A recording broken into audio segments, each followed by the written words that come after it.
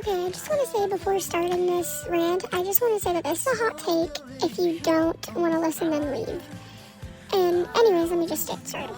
But if you have any sort of disorder and you think that means you can get away with being rude to people, that's not true. Because there's just one kid in my class. He has autism and ADHD. And he uses it as an excuse to be rude to people. And that's just not okay. Using your disorder as a reason to be rude to people and hurt people, that's just such a bad thing to do. And if you do that and you think it's okay, I think you need to think about what you're doing, because that's just not okay.